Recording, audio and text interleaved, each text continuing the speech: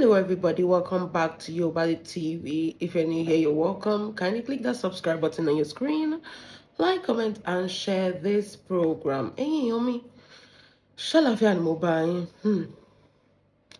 I have some questions. See your Mommy Dollar at Ishigo, Abikilo, whatever the name of that guy is. I have to start like this. Hey Joe, báwo lobìnrin ṣe lè win ilé ayé yìí náà? I swear. Irú orí wo ni obìnrin wá ló gbé wá sílé ayé yìí? Because I think ó ti débì kan tó jẹ́ pé even me I'm scared. Tọ́mọ ẹ bá fẹ́ lọ lé ọkọ, ẹ̀rù máa bà ẹ́ ni. Because you don't know what the man can turn into. Irú orí wo lobìnrin gbé wá sílé ayé? A 25-year-old girl married or whatever it is, and gave birth to a twins for a man.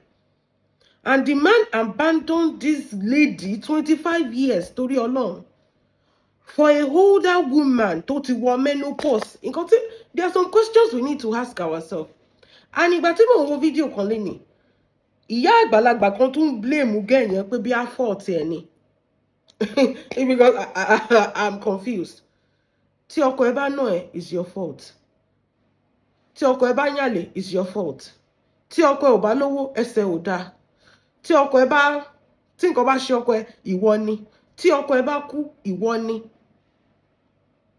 I mean, ilé ayé tó jẹ́ pé ọmọ 25 years old tó ṣe bẹ̀rẹ̀ life kì í ṣe àgbàlagbà bírú tiwa yìí o, tá bá sọ pé okay o, wọ́n máa mọ nǹkan tó ọmọ 25 years old, to me she's still a baby. Kí ló ṣì mọ̀ ilé ayé? Wọ́n ti sáré sọ di single mother. Ẹjọ́ kí ni obìnrin fi ṣorí náà? Ó tó kéèyàn béèrè. Kí ni àwọn obìnrin kí la fi ṣe orí nílé ayé? This is a 25-year-old child. A single mother of twins, 25. Mo wá ń gbọ́ tí ìyá kan ń sọ tó ń ṣe fídíò tó ní ọmọ yẹn target ìyá dọ́là ni. Torí pé ìyá dọ́là dàgbà jù. There is no target. Kò sí obìnrin tó máa fẹ́ yàwó lé tí ò ní tara. Kò sọ̀rọ̀ pé ó dàgbà, ó kéré. No, let's call a spade a spade. Ọmọ Ṣadé yẹn, she did not target anybody. Àbí ṣé Wùmí lórúkọ ẹni, whatever her name is. She's hungry, she's peppered, she's a 25-year-old child. Àwa gan tá dàgbà gan tọ́kọ wa bá fẹ́ yàwó lé wa lórí, whoever the person can be, a máa bínú. It doesn't have to be age. Kó torí pé ṣógó àbí kí lórúkọ ẹ̀ ó lọ fẹ́ arúgbó, ó lọ fẹ́ yàn tó dàgbà. No, the girl did not target. Ó bínú as obìnrin ni. Kò sóbìnrin tó máa fẹ́ yàwó lé tí ò ní bínú. Tá bá sọ pé ọmọ kékeré, ọmọ 25 years old. Kí ló tẹ̀ tí ìṣe ń lé ayé, kí ló tí ì dà, ó ti di ìyá ọlọ́mọ méjì. At the end of the day, òun làwọn ọkùnrin tún máa sá fún, òun ọkùnrin tún máa blame for the man not taking care of his twins. For the man not taking care of his twins. Okay, ẹ̀yin èèyàn ẹ bá mi béèrè pé kí ni ọmọ ìyàwó ṣe fún àti àwọn ọmọ wẹ́wẹ́wẹ́ méjì tó fi jẹ́ pé ìyá dọ́là. Ṣé you understand this? Ìyá dọ́là ni ò wá ṣẹ̀ tí ò bá ń ṣe pé ojú kòkòrò. Wọ́n ní ìyá dọ́là ní third wife. Mo máa sọ kíní kan, mo dẹ̀ máa ń jẹ́ kí ọmọ mi ní orientation ni. Kàwé ẹ̀ kò gba ojúmọ́ ṣẹ̀. Because ibi tílé ayé ń lọ yìí pẹ̀lú ìlú tá a wà yìí, anything can happen. Ka ìwé ẹ̀ kò gba ojúmọ́ ṣẹ̀. Because ọmọ 25 years old, ó ti ṣì mú, ó ti ṣìyàn, ó ti ṣì ọkọ. I mean, this is a baby tó ṣì ọkọ fẹ́ láàárọ̀ ọjọ́ ayé. Ọmọ 25. I swear, ọmọ 30 mi, ọmọ 29 mi gan. Wọ́n ṣe sọ pé mommy this and this. I swear, ọmọ yẹn ti ṣìyàn ní àárọ̀ kùtùkùtù ayé ẹ̀. Ó ti di single mother. It's not by choice, so forcefully. An irresponsible man ni ọmọ yẹn. Then ìyá dọ́là tún wá lọ mú ọkùnrin, kò tún wá mú ọkùnrin. The same ọkùnrin tó wà abandon ìyàwó ẹ̀ àti àwọn ọmọ méjì ni ìyá dọ́là tún lọ fẹ́. Ẹ̀yin èèyàn, ẹ rí pé ọ̀nà ọ̀rọ̀ yìí ó ní bó ṣe jẹ́. At least ẹni sùúrù tó bá jẹ́ pé ìyá dọ́là ẹ sọ pé àwọn society ò fojú rere wo àgbàlagbà tó bá fẹ́ ọmọ kékeré, that is not the point. And divert and then change ọ̀rọ̀. The society is frowned at this because this man left his young wife with his 2 children torí fame tí Ìyá Dọ́là ní àtowó. Ó lè jẹ́ Ìyá Dọ́là ló ń kówó sí lápò. That is why he left his children and his wife. It's not because Ìyá Dọ́là is older or torí pé ó fẹ́ older woman. No. Torí ìjẹkújẹ. This is the fault of the husband. Oh, wá tún rí ọkùnrin kankan fẹ́ mú wá sọ obìnrin, you have to be smart. When it comes, smart. When it comes to picking a partner, we are not always smart. Tó bá sọ pé ká wá mú ọkọ, òbò la fi mọ́kọ, kì í fi ọpọlọ mú ọkọ. Nígbà tí ọmọ 25 ti lè fẹ́ bọ̀bọ́ tó ti kàgbà kò síbẹ̀, tí bọ̀bọ́ ẹ̀ fi ilẹ̀ torí fame àti owó, kí ni wá ó ní assurance tó jẹ́ pé kò ní fi ìyá kíní ilẹ̀ tí owó bá ti tán lọ́wọ́ Ìyá Dọ́là àbí tó bá ti gbàgbẹ́. Wọ́n ní pàṣán tá fi nà ìyálé, ó ń bẹ ní kíni, ó ń bẹ lájà fún ìyàwó. This is a man that is denying his wife, a 25-year-old girl, saying that olóṣó ni.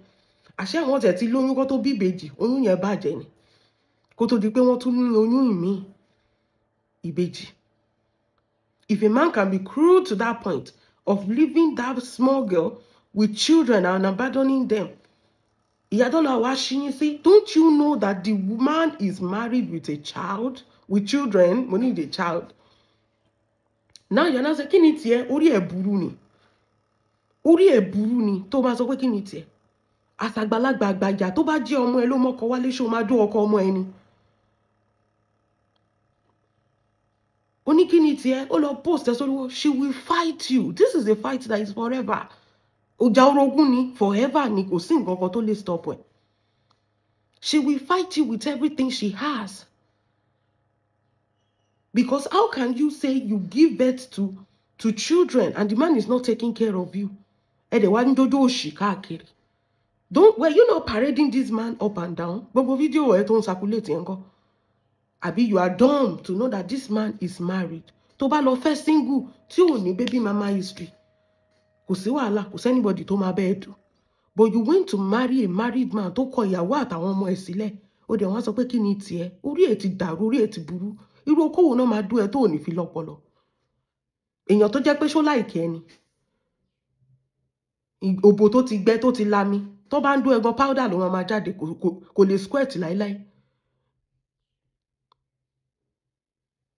Ṣé kò sí single tó lè fẹ́ ni? Yes, àwọn single guy kan wà tó jẹ́ pé wọ́n like older women. Owó dẹ̀ wà lọ́wọ́ ẹ̀ tó máa ná fún wọn. Period. Must you go and gbọ́kọ lọ́kọ? Ó lọ gba ọkọ ọmọ kékeré tó ṣẹ̀ bẹ̀rẹ̀ life ẹ̀. Ó wá sọ pé kí ni tiẹ̀? Ó mọ ọmọ ìrí náà, ó mọ̀ rí o. Ìgbà tó ti lọ ń dó ọkọ ẹ̀, ó mọ̀ rí gbogbo àrífín tó bá wà ńbẹ̀, wàá fara dà ni. Wọ́n ṣẹ̀ bẹ̀rẹ̀ sí ní rí ẹ fín. O ò tí ì rí nǹkan kan. O ò tí ì rí nǹkan kan. Ọmọ yẹn sọ story pé ṣé ṣígò ni, ó ní bọ̀bọ̀ yẹn, ó ní kù. Ó ní ìgbà táwọn kọ́kọ́ bẹ̀rẹ̀, kò sí nǹkan kan. Ibi tó bá ti mọ̀ pé kò ti sí nǹkan kan, kí ló dé tẹ máa ń continue láti lọ fẹ́ ni náà? Ó ní ìyá ẹ̀ ló fún ẹ ní 50,000 tẹ́ kọ́kọ́ fi gbalé. Tí ọkọ ẹ mú 100,000 sí pé BQ ló lọ ń gbé toyún tọmọtọmọ lọ́wọ́. I mean, how can you marry a man? How can you get belle for a man tí ò tiẹ̀ tí sanwó orí ẹ̀ náà, number one? Báwo ló ṣe máa lóyún fún ọkùnrin tí ò tí sanwó orí ẹ̀, tí ò tí ṣe marriage fún ẹ? How can you?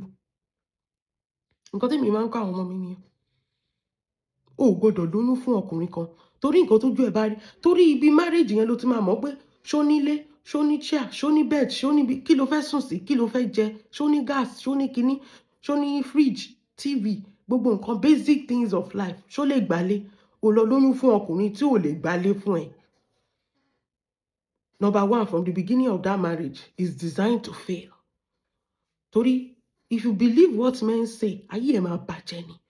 Ọkùnrin tó bá nífẹ̀ẹ́, ó ti máa mọ̀ pé ọmọbìnrin, ó sọ pé Jago àbí Shigo, ó máa ń travel káàkiri. Ó ń travel káàkiri, ó dẹ̀ fẹ́. Number one step ní pé ó máa gbálé fún ẹ. Tó bá travel, ibo ló máa ń dé sí. Tó bá sọ pé nǹkan rough, there was a time tí nǹkan rough. Yes, kì í tí wọ́n ṣe pé kọ́kùnrin má lè gbálé kó sanwó ilé pàyẹ́.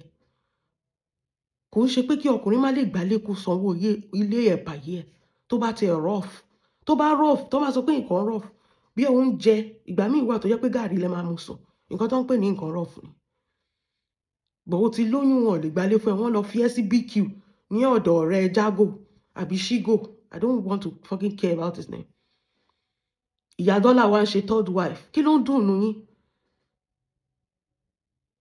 ẹ wọ́n sọ pé ẹ mọ̀ ẹ wá proof ìsọ orí yín ti burú which innocence are you proving onídọ̀tí ni yín ẹ mọ̀ ni nobody is looking at any older woman tó bá fẹ́ ní àìmọye older woman tó fẹ́ younger boys now tọ́ ọ̀dẹ̀ ní problem tó bá fẹ́ ilé tí ò níyàwó rí ni this guy is not the first time tó níyàwó this is the second marriage ẹ̀yin wá lọ ṣe third wife ẹ̀yin tọ́jọ́ yín ti dalẹ̀ tó yẹ kẹ́ máa kó àwọn ọmọ yín jó báwo ni obìnrin ẹ máa gbọ́ irú ìyá dọ́là tó ṣe mistake alákọ̀ọ́kọ́ ọkọ àárọ̀ ẹ̀ ta ló bí bàbá ta ló bí dọ́là fún àwọn méjèèjì ò jọ sí mọ́ báwo ló tún ṣe máa ṣe mistake tó tún máa kó sọ́wọ́ lẹ́lẹ́ẹ̀kejì just imagine ẹ̀yin obìnrin báwo lẹ ṣe máa mú ọkọ náà ṣé ẹ kí ń lo ọpọlọ tẹ bá ti fẹ́ mú ọkọ ni báwo lẹ ṣe máa mú ọkọ náà at the end of the day obìnrin náà máa blame tẹ bá rí bó tún ṣe ń blame gẹ wọn nítorí pé ó ti rí ìyá dọ́là torí pé ó ti jẹ́ celebrity fuck ìyá dọ́là and celebrity ta ló mọ ìyá dọ́là ṣé nǹkan tó ń pè ní celebrity ni ó ń ṣe skit automatically is a celebrity kí ló ń celebrate fuck ìyá dọ́là and the celebrity status tó bá ní who is she ẹ̀yin lẹ máa ń pọ́n wọn lé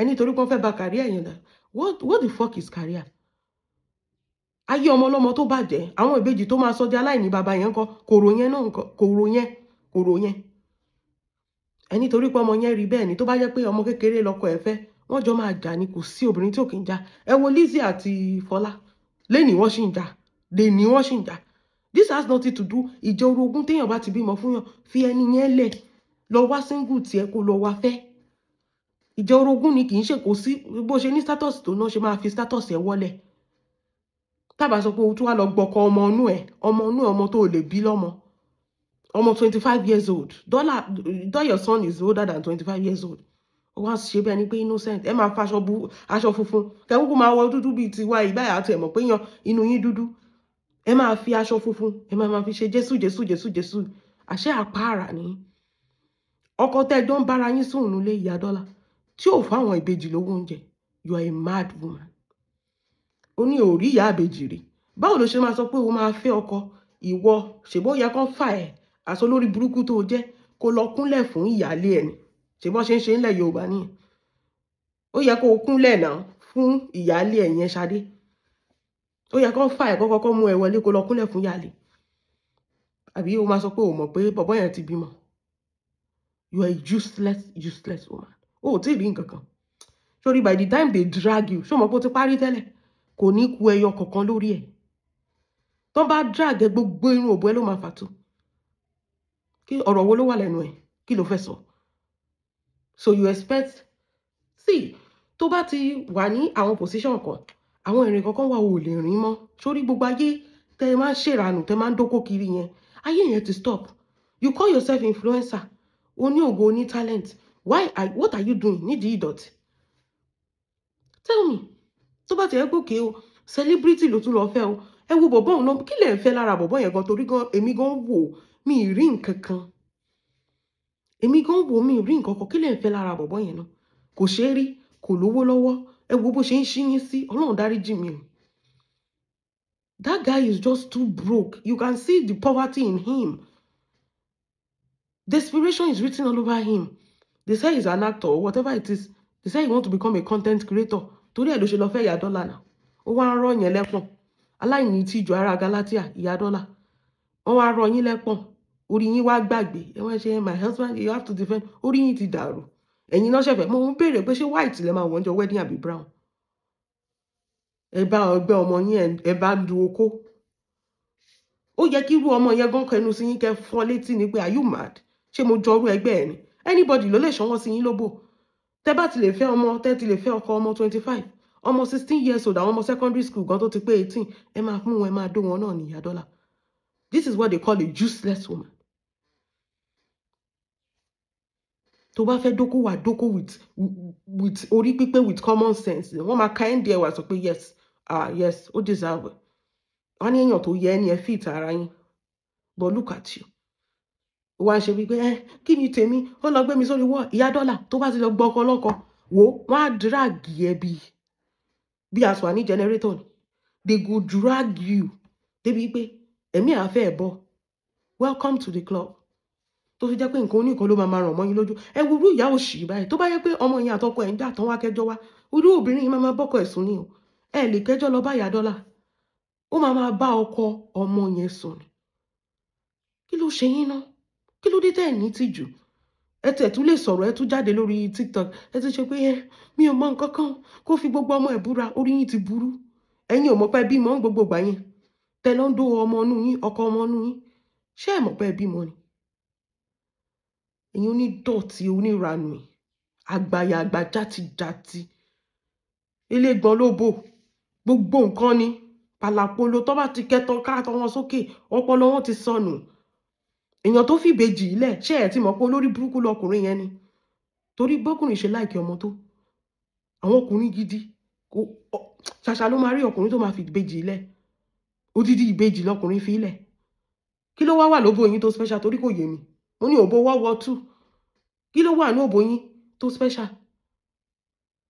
ẹ̀yin tọ́jọ́ ti dálẹ̀ gbogbo ọyàn ló ti dànù tó ti da slippers mọ́ yín láyà kí lẹ ṣe ń pọ́n tẹ́ ń kó ṣáà mọ̀ bó ṣe ń lọ ni ṣé is that not speaking to you pé ẹ̀yin gan fún ara yín desperation you are desperate to have somebody tó bá dé wà desperate nílé ayé ìyá sóbìnrin wàá kó sọ́wọ́ ni ẹ tún ti kó sọ́wọ́ pẹ̀lú bàbá dọ́là ẹ kó sọ́wọ́ ẹ tún ti kó sọ́wọ́ lẹ́lẹ́ẹ̀kejì torí eléyìí kò sí nǹkan tó fẹ́ fi yín ṣe ó kàn fẹ́ fi gba fíìmù ni ọmọkùnrin kò sí nǹkan tó fẹ́ fi yín ṣe ó fẹ́ fi yín gba fíìmù ni tó bá ti lè gba fíìmù ẹ̀ á tún já yín lẹ̀ bó ṣe já wọn tìwájú lẹ̀ èèyàn tó lè já ọmọ 25 years old lẹ̀ ṣẹ́yìn tẹ́ ti wà over 50 ní òní jálẹ̀ ni ó máa já yín lẹ̀ á tún move on. I don't know why women don't pick right. I don't understand. When you are picking a man, you have to pick somebody tó lọ́pọlọ. Báwo ló tún lè sọ pé ó máa lọ pick èèyàn tó kọ́ ìyàwó àtàwọn ọmọ ẹ̀ lẹ̀? For what? He's not taking care. If he was taking care of the wife, will the wife come outside? Ẹ̀rù máa bà ní pé tóun bá lọ jáde. Nǹkan báyìí ló máa ṣe. Obìnrin tó bá ti lè jáde, ọkùnrin yẹn ò tọ́jú ẹ̀ ni. Obìnrin tó bá ti lè jáde, ọkùnrin yẹn ò tọ́jú ẹ̀ ni. Wọ́n á drag yín lórí TikTok. Ìyá dọ́là, pẹ̀lẹ́ ìyá pounds, ẹ̀yin aṣẹ́wó yìí. Ṣé wọ́n á lè dóyin báyìí lálẹ́? Ṣé wọ́n á lè dóyin lálẹ́ ni? Ẹ̀yin olóbó rìnrìn, aláìní tìjú àgbàyà. Gbogbo nǹkan ni àdògán ni anything ló lè togi sí. Kẹ́rí oko màálù àbí oko ẹṣin gan ẹ máa gàdí sẹ́yìn báyìí. Ẹ ní tìjú o. Ẹ wá ń lẹ́nu ọ̀rọ̀. Kò tí ẹ yẹ kẹ́ ẹ sọ nǹkan kan. Iṣẹ́ ti jálé yín lórí ó ti jálé yín lórí nìyẹn. Kò yẹ kẹ́ ẹ sọ anything. Kẹ́ bá anybody sọ anything. Iṣẹ́ ilé ìjálé yín ó yẹ kẹ́ máa jíjẹ ni kò tí ẹ yẹ kán ká yín mọ́ díẹ̀. Kẹ́ máa jíjẹ ni lóru ni iṣẹ́ òru ni. Tẹ́ bá mọ̀ pé láì kókó ọmọkùnrin yẹn torí kí lọmọkùnrin yẹn fẹ́ ṣe fún yín táwọn ọmọ yín ò tí ì ṣe fún yín. Tọ́nà bá ṣe gbogbo nǹkan fún yàn kan téèyàn bá wá nǹkan tí ó sọnù kiri ìtújú léèyàn máa gbàbọ̀ ń bẹ̀ náà. Ṣówó lẹ ní ìdí táwọn ọmọ yín Ọlọ́run ti ṣe àwọn ọmọ yín wọ́n ti wà successful. Tẹ́ bá dẹ̀ wà ní ìdí okó ẹ máa dókó gidi tó jẹ́ pé wọ́n máa sọ pé yeah. It's better you date somebody single than somebody that left his wife and children for you. Kò gbọ́ responsibility lórí ìyàwó àtọmọ méjì ìbejì odidi ìbejì nǹkan tó jẹ́ pé once in a while ló ń ṣẹlẹ̀. Kò gbọ́ responsibility kò ṣe nǹkan kan lórí ìbejì. Ẹ̀yin tọ́jú kan tó bí nìyẹn o àwọn ọmọ kan tó bí nìyẹn o tí ò tọ́jú tó fi wọ́n lẹ̀ ẹ̀yin tẹ́ ẹ̀dẹ̀ lè ṣàbíamọ mọ́ ẹ jọ̀ọ́ kí ló máa gbẹ̀yìn ọ̀rọ̀ yín tí ò bá ṣe pé ó máa bójú yín jẹ́ náà last tójú yín bá máa bàjẹ́ lórí social media in fact ẹ ní láìkara yín torí ọmọkùnrin yẹn ó máa bójú yín jẹ́ ni. I mean, why are women picking all these broken, toxic men when there are good men out there? Irú kí ló ń ṣe yín náà? Wọ́n á tún bójú yín jẹ́ lẹ́lẹ́kejì. How many times náà máa gbé yín ṣánlẹ̀ kẹ́ tó lẹ́ẹ̀ lẹ́sìn? Once beaten twice shy ni. Ẹ̀yin wọ́n máa beat yín ni. Ẹ tún máa ṣì píìkì ni. Ẹ máa píìkì wrong thing. Wọ́n fi ṣe yín ni. Lágbàlagbà lọ́jọ́ orí yín yẹn ẹ lè mọ ọkùnrin tó yẹ yín tó dáa fún yín tó fit age yín tó reason bíi titi yín. Èèyàn tó kọ ìbejì ilẹ̀ kí lẹ rò pé ó máa dà fún yín. Àánú yín ṣe mí ṣá. Ẹ wò ojú yín máa bó lórí social media. A week we still dey on this thing. Ẹ ti fẹ́ náà nìyẹn ṣe bí nǹkan tẹ́ ẹ̀ sọ ni. And why are you complaining that they are dragging you? Ẹ ti fẹ́ náà nìyẹn. Why you dey complain that they are dragging you? Ọmọbìnrin yẹn is going through a lot. at the end of the day ṣe bí àbúrò bọ̀bọ́ yẹn ló pè tó sọ pé I will kidnap you 13 threatening ẹ you are threatening her ẹ tún threatening ẹ pé kó má sọ̀rọ̀ torí alájẹsẹ́ ni gbogbo fámílì wọn ẹ̀gbọ́n alájẹsẹ́ àbúrò obìnrin náà alájẹsẹ́ torí pé wọ́n ti rí ìyá dọ́là ìyẹn á ti fún wọn ní èlò ló máa fún yín pátápátá wọ́n máa fún yín $20 ẹ̀ alátẹnujẹ ẹ̀ ń wá fèmọ̀ òjijì ẹ bẹ́ fọ́n làbátà ẹyọ bẹ́tì omi ilẹ̀ rò pé ó mu kú ni tí ò bá ń ṣe ẹ ní sùúrù ẹ̀yin gbé yẹ̀wò tí ò bá ń ṣe pé torí ìyá dọ́là famous ìyẹn náà dẹ̀ fẹ́ dẹ content creator kí ló fẹ́ fi ìyá dọ́là ṣe èèyàn tó fẹ́ ọmọ 25 ṣé kò rí ọmọ 16 bẹ́ẹ̀ ni tẹ́lẹ̀ kó tó lọ fẹ́ ọmọ 25 it is right there ṣé ọmọkùnrin yẹn ò rí ọmọ 60 years old ni àbí kò rí àwọn kálíbà ẹ̀ kó tó di pé ó lọ fẹ́ ọmọ 25 kó fún ọmọ 25 lóyún tó gbalé fún tọ́jọ́ ń gbé bíi tọkọ tìyàwó ẹ máa tanra yín wọ́n ń tọ́ yẹn ń tàbẹ̀là ẹ̀yin oníranù onírasẹ̀ elébi family ẹ ti mọ̀ wọ́n ẹ rí bó ṣe ń sọ̀rọ̀ elébi ní gbogbo wọn náà ẹ rí bó ṣe ń sọ̀rọ̀ ó ga o well you go learn bí ọ̀rọ̀ rẹ̀ dàgbà you go learn the hard way kò jẹ́ bó ṣe jẹ́ ìyẹn mi ẹ jẹ́ àmọ́ lọ God bless you everybody have a wonderful day.